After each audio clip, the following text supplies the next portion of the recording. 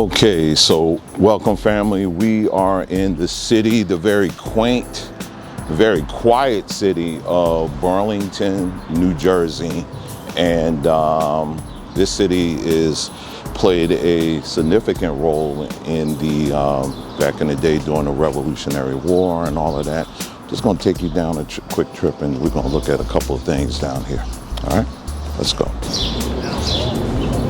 You know, Black history is literally all around us, and you'll be surprised, especially in little towns like this. This is in right here in Burlington City. You'll be surprised at a lot of the history that you'll find here.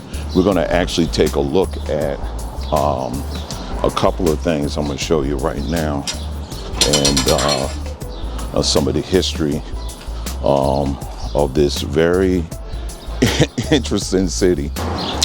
Okay, so what you're looking at right now is what used to be called Wheatley's Pharmacy. And if you look at the sign up there, you can kind of see that they still have the name Wheatley's Pharmacy on it. I can't talk right today. But anyway, this pharmacy was a pharmacy that was originally owned by the Quakers. It was built in 1731. It was established as a pharmacy in 1841. They would actually hide slaves in this pharmacy, you know, as they would make their way up further north and all of that. And you could see, when you're looking at the building, you know, just how big it is. And hold on, they tell you right at the very top there, 1731. That's when this building was actually created here. Okay, so now what we're getting ready to do, we just left that the pharmacy. Now I'm just going to take you right down the street. This is East Union Street, and we're going to take you to another very significant place in our history in this country. Okay, and this right here is the Oliver Cromwell House.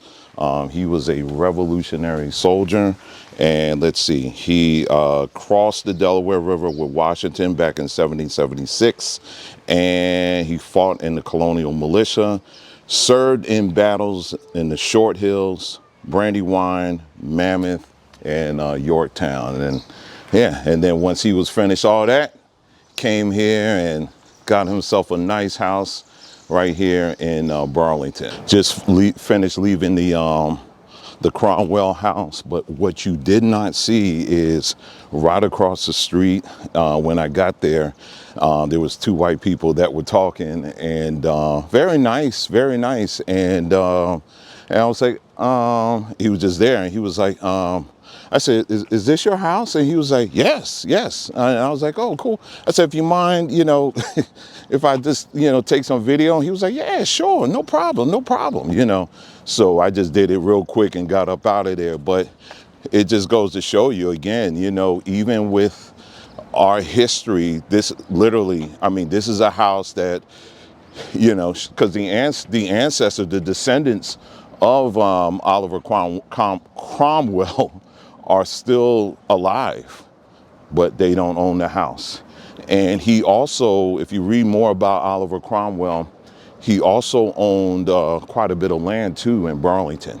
So wonder what happened to that. This is the Burlington waterfront, and very nice place here if you want to come here and to relax and chill, and very nice place here. All right. Okay, so anyway, yeah, so what I want to show you now, this is a video that I came across very recently. I'm sure many of you have seen the video already, but let's go ahead and play this video, and then when we get back, we're going to talk about it. We're going to talk about a little bit of it. So let me go ahead and play that video. I don't know who told us you got to be a witch to be black. You are not more black by engaging in witchcraft that is still propagating a white supremacist lie that black people in Africa didn't know Jesus.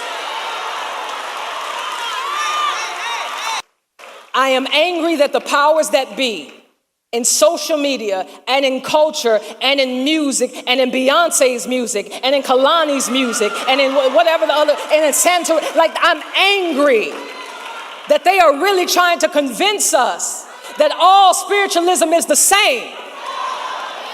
And we have digested this impurity and this, we want so bad not to be legalistic that we actually become profane.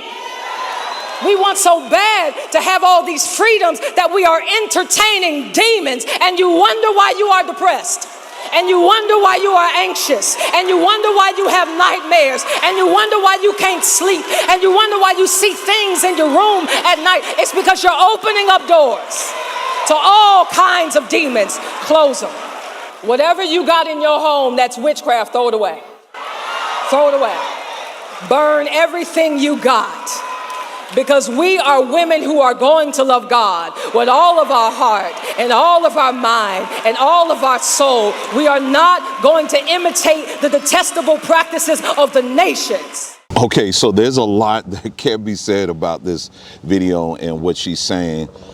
A lot of what I've been hearing as of late, and I'm sure many of you as well have been hearing this, particularly it seems like it's coming from a lot of people in the black Christian apologetic community. And we got helicopters and all that coming along. So, you know, they just gonna be here. But anyway, I don't know if you can hear that or not. But anyway, what I've been noticing for some time now is this claim that many of them have been making, not all, but certainly many of them have been making, that somehow all of African spirituality is evil, it's bad. And so when I heard like this clip that you just heard, when I heard that, I had to stop and think for a second, you know, because I really, you know, see, for me, I was a Christian too. I was in Christendom, and I used to repeat some of the same things, that all of African spirituality is bad. But here's the thing, you know, if you take an honest look at spirituality, period, you're gonna find that African spirituality, European spirituality, you want to say Asian spirituality, what have you, you're going to have aspects of it that we would consider good. You know what I mean? In other words, it's all about nature and understanding nature and all of that, right? So it's really kind of a nature-based kind of understanding that there is a relationship between nature and the spiritual world, okay?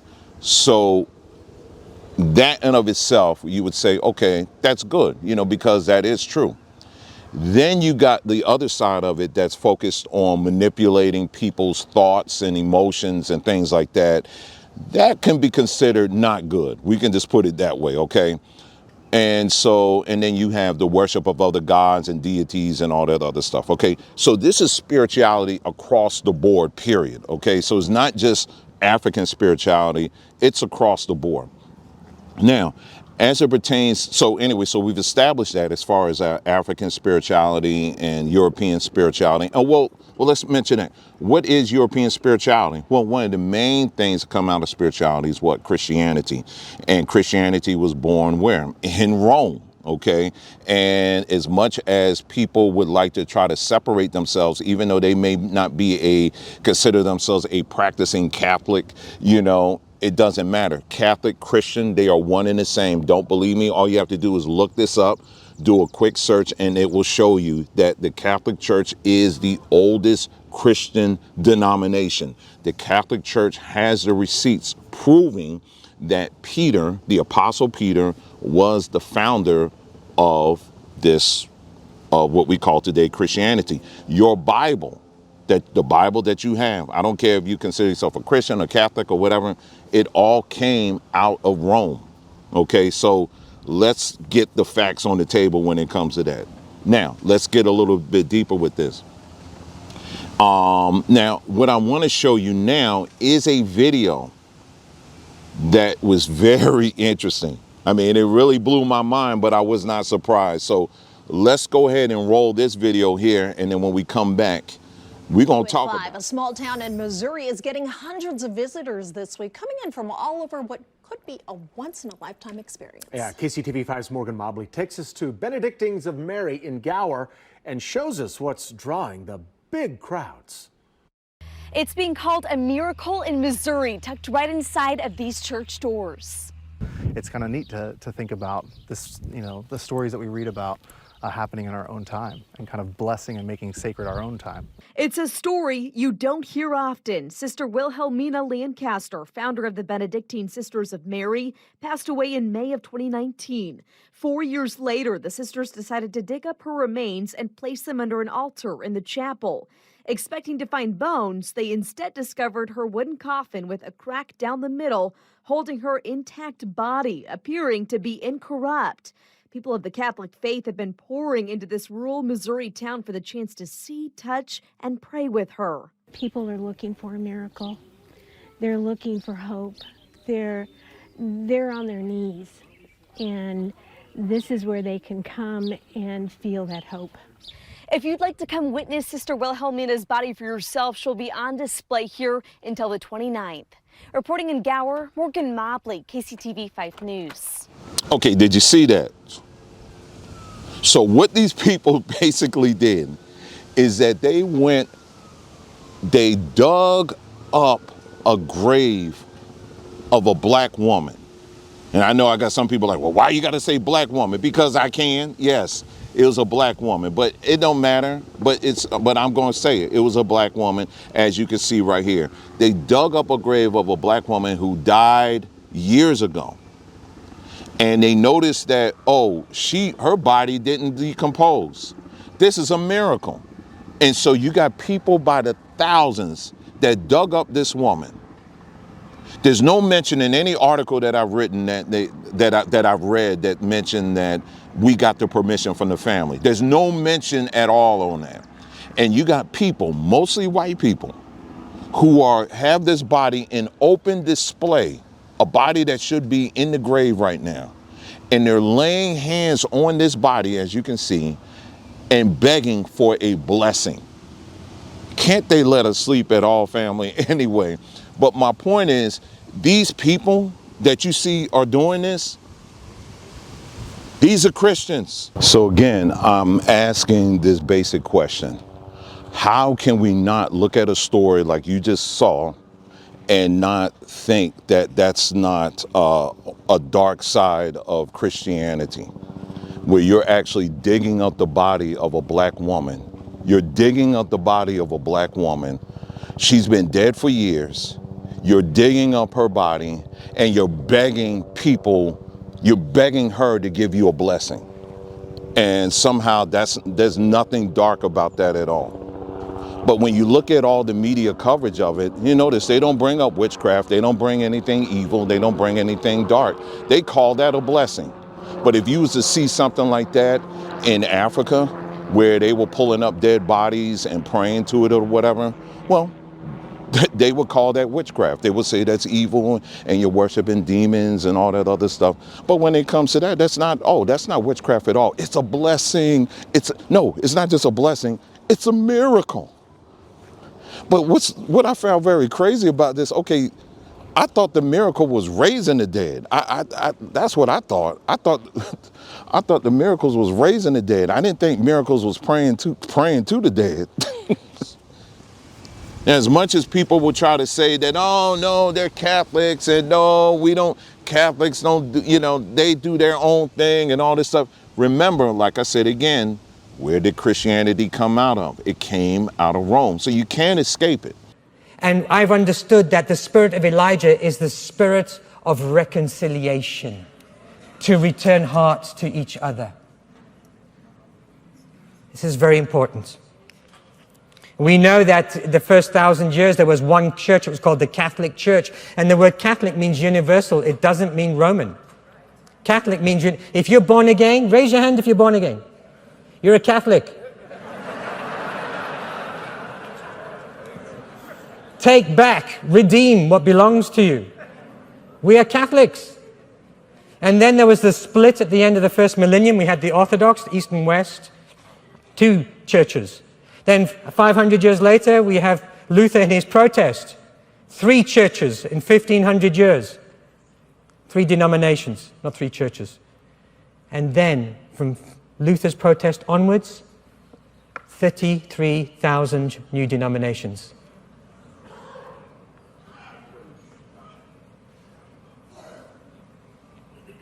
I've come to understand that diversity is divine. It's division that's diabolic. And the church came together in Council of Nicaea 325, and they said, no, Jesus is fully God and fully man. 2 natures, human and divine, in one divine person. Now, every Christian in the world believes that. Why? Because in some way, whether they admit it or not, every single Christian in the world believes that the Catholic Church has the authority to teach. Every Christian who believes in the Trinity, that God is Father, Son, and Holy Spirit, co-equal, co-eternal, that no one's greater than the other, believes that because of the authority of the Catholic Church. Because the church came together in the Council of Nicaea, the Council of Constantinople, and all the other church councils, and declared this, that this is the interpretation of the text.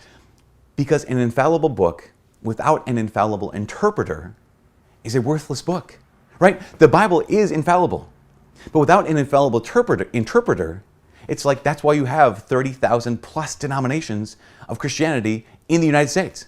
Because, someone picks it up and says, oh, here's what I think. Someone else picks it up, no, here's what I think. That's one of the reasons why G.K. Chesterton, back in the day, he had said why he was Catholic. He said, because I don't need a church who can tell me when I'm right. I need a church that will tell me where I'm wrong. So if you ask, what's the big difference between the Catholic Church and all other non-Catholic Christian denominations? I'd say when it comes down to it, I think what it comes down to is right there, authority. So these individuals, if you were to pull them to the side and ask them, are they Christians, more often than not, they're going to tell you, yes, we are. We're Christians. Now, again, what we got to understand is this. There is a difference between when you look at Catholicism and when you look at what we would say, we have put in our minds, there's a difference between Catholicism and Christianity. There isn't. There's a difference between Catholicism and the Protestant movement. And the Protestant movement sought to separate themselves from the Catholic Church because they felt that they were not practicing true Christianity the way Jesus, told them to practice. So it was the Protestants that considered themselves, we're the real Christ-like people. We're the real Christ-like ones. We're the real Christians. So that's where this whole divide comes from. But at the end of the day, like I said, there's another article here that I can pull up. It shows you that the Lutheran Church actually came back together with the Catholic Church. So now it's officially one big happy family. So you can't separate yourself from that. So what these 2 churches did, they put the 2 definitions together. Listen to it. I'm reading verbatim from the Catholic Vatican website. Justification means that Christ himself is our righteousness, in which we share through the Holy Spirit in accord with the will of the Father. Together we, Catholics and Protestants, Lutherans, believe and confess that by grace alone, in faith in Christ's saving works, and not because of any merit on our part, we are accepted by God and receive the Holy Spirit, who renews our hearts while equipping and calling us to good works.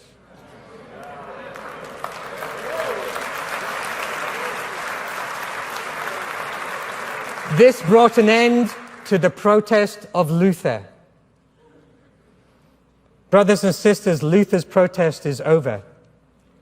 Is yours? In 1999, this was signed by the Lutheran Church, the Federation Worldwide. Later, about 5 years later, the Worldwide Methodists signed the same agreement, but as of today, we still have had no Protestant evangelical that will stand up and sign this agreement to agree with our brothers and sisters that we are saved by grace through faith to good works. And I believe that's something that needs to be fixed. There's a challenge for you. So the protest has been over for 15 years. And I get a bit cheeky here because I challenge my Protestant pastor friends. If there is no more protest, how can there be a Protestant church? Maybe now we're all Catholics again. but we are Reformed. We are Catholic in the universal sense. We are not protesting the doctrine of salvation by the Catholic Church anymore. We now preach the same gospel. We now preach you are saved by grace through faith alone. The word alone was the argument for 500 years. The word alone is there. You can read it yourself. The protest is over. The protest is over. So here's my question for people like this individual, the video that I played earlier, who wants to try to portray and really do a very bad job in generalizing all of African spirituality by using Beyonce. Well, if I was to use that same logic, then I should use the KKK, which considers themselves a Christian organization, and say that is the face of all of Christianity. Now, like I said, to be fair and to be completely honest, you're going to find that there are many Christians that are out here that are very kind and are very dear and are gentle and loving and all of that stuff. So that's true. So let's just be honest. I'm not going to say all Christians fall in this one category. That would not be fair, and that would not be right, and that would not be accurate. So likewise, why are we doing the same thing? Why are we not giving the same benefit of the doubt when it comes to African spirituality? When you take a look at African spirituality and when you look at some of the different aspects of it, a lot of it is very good, and there's a lot of things that we should be practicing. There's some things that obviously we shouldn't, but you can say the same thing about European spirituality in general. There are aspects of European spirituality that we shouldn't have anything to do with. Now, let's get a little bit deeper in it. Now, I did a post where we talked about things such as Saint Lucifer. Did you know that the Christian church appointed a man by the name of Lucifer as a saint? They gave him a sainthood. Did you know that? Yeah, they did that. All right. So Saint Lucifer. All right. Now let's go even further than that. Did you know that the person who is responsible for translating the Bible into Latin, his translation serves as the basis for all biblical translations that we have today. And that is the work of Saint Jerome. Saint Jerome, when you take a look at many of the paintings of Saint Jerome, you'll find something very interesting about this. He's always pointing to a skull. Now, I'm sorry, a skull, anytime you see a skull, it always represents one thing. It doesn't represent life, it represents death. So here you have the man who's responsible for laying the groundwork for every Bible translation that we have today. But yet every depiction that we have of him in paintings, he's pointing to a skull. So we're not to have any questions about that at all. That's fine, that's okay. Do you understand what I'm saying? So there's a lot of stuff that when we start delving into this, you're going to find that there's a lot of aspects just within Christianity that's highly questionable.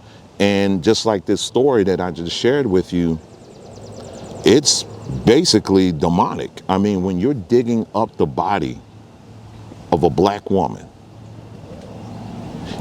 from what we can see, there was no permission that was even asked by the family. And you got people coming by the thousands to lay hands, begging this body to give them a blessing.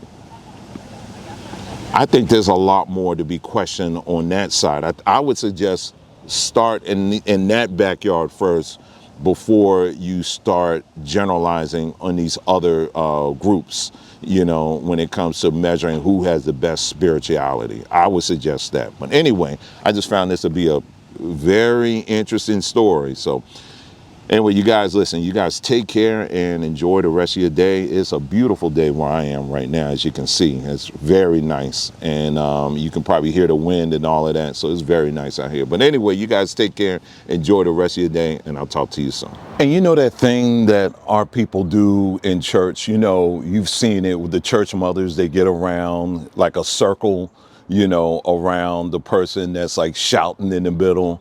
Well, that came from something called the ring shout.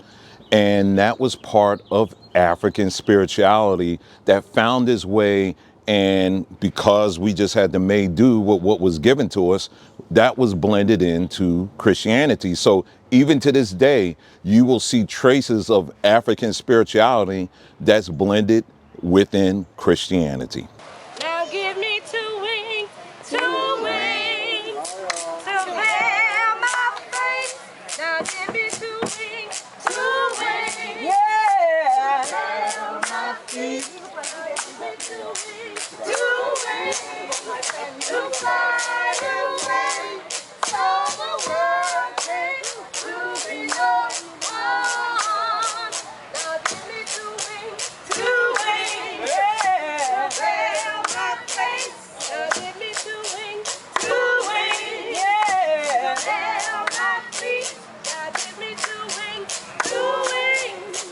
to fly away, so the world can do me no harm. Okay, so I want to circle back and I really want to put some emphasis on what I just showed you as far as this Congo cosmogram and why it's so important. When you look at, when you go to this, there's a church in Savannah, Georgia. It's the first African Baptist church.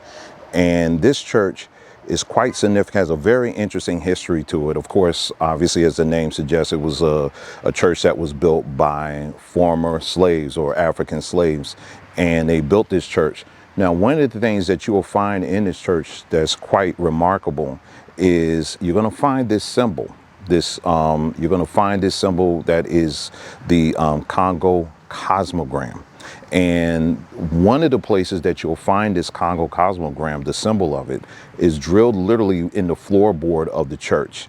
And what I did is, as I was reading about this, because if you follow this platform, you know that we have done quite some deep study in our people who came over, you know, via Africa, because not just knowing the fact, okay, we came from Africa, but we wanted to know more about the places where we came from. And then even deeper than that, we wanted to know about the belief systems. What was the spirituality that our people brought with them? And this is a place, this church, this first African Baptist church, is a place where you see that. And so getting back to this symbol, the Congo cosmogram, it's drilled literally in the floorboard of the church, right? And so as I was doing some research, I came across someone mentioning it, and they said there's actual several places where you'll find this Congo cosmogram in the church. And I was like, I thought it was only one. So sure enough, I actually called them, spoke to a very nice lady, and sure enough, she told me, she said, yes. She said, yes, there's actual several places where you'll find this Congo cosmogram. Now, that is a very interesting point, and is a very important one. Is one that we can't just walk over and just ignore that.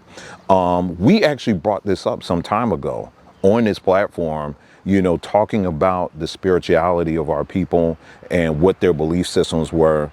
And we had both Christians and also Hebrews that were coming after us and suggesting that we were pushing voodoo, we were pushing witchcraft and all that kind of stuff, and that wasn't it at all. We were just simply delving into what our belief systems were, you know, our people when we came over, and so anyway, as you get into this, you'll see is quite fascinating, quite fascinating. There's books on this topic. Of course, we're not sitting up here telling you got to embrace all of it. Nobody's saying that, because again, as we established earlier in this video, in all spiritualities, you're going to have some parts in it that's very good, that's very decent, and is something that everybody should embrace. Then you're going to have some parts of it that you probably need to leave it alone. But that's spirituality across the board. But anyway, the reason why I wanted to bring this particular thing up is because of the fact of this, is because this Congo cosmogram, in this case, in this church, it served two purposes. One, it served as a reminder for all of those Africans that were slaves and some that were free. It served as a reminder of where they came from. And this was something that kept them. Okay, number one. Number two, it literally saved their lives. How so? Well, remember I said one of the places that you'll find this Congo cosmogram in the church is literally in the floorboard of the church. Why did they put it there? Well, because under that floorboard, there were Africans that were slaves that were down there, and they needed breathing holes. So it was because of those breathing holes that they were able to survive and was able to move on to freedom. So here you have a case where their spirituality literally saved their lives. And I find that to be remarkable, very interesting, and it's something that we should not ignore or just kind of push away or whatever, because this is an actual factual part of our history, and it's something that we should never ignore at all. And so this church, as a way of remembering that, if you look at the logo of this church, well, guess what their logo is? Take a good closer look at it. It's not a cross, it's a Congo cosmogram. And this is something that, again, it shows you just how our spirituality, our people that came over in Africa, you know, it was something that they really relied on, and it kept them through. A lot of times we hear, you know, when we hear about our, you know, what kept us in slavery, you know, kept us getting through slavery was the Bible. Well, that's partially true. But when you look at our spirituality in the diaspora, you'll find that it was a mixture of the truths that are in the Bible and also African spirituality. The way we shout, the way we sing, the way we dance, you'll see a lot of that blended in gospel music and African music. You'll see this a lot. And so anyway, so yeah, this I think is a point that's worth mentioning, and it's something that like I said, we cannot ignore. It's something to be celebrated. And so I just wanted to bring this point up because I thought it was just a fascinating thing. I didn't know. I thought they just had one Congo cosmogram. I had no idea there were several of them. And the reason why that really stands out to me is because it shows just how important their spirituality was, you know, that they had this thing all over the place in the church. But it's not just in that church. You got other places throughout the South where you will find this symbol all over the place. You know, the Congo cosmogram. And that's for the slave. And the reason why on this platform, we spent a lot of time looking at the people who came out of Congo is because a good majority of the initial wave of Africans that came over as slaves actually came from that region.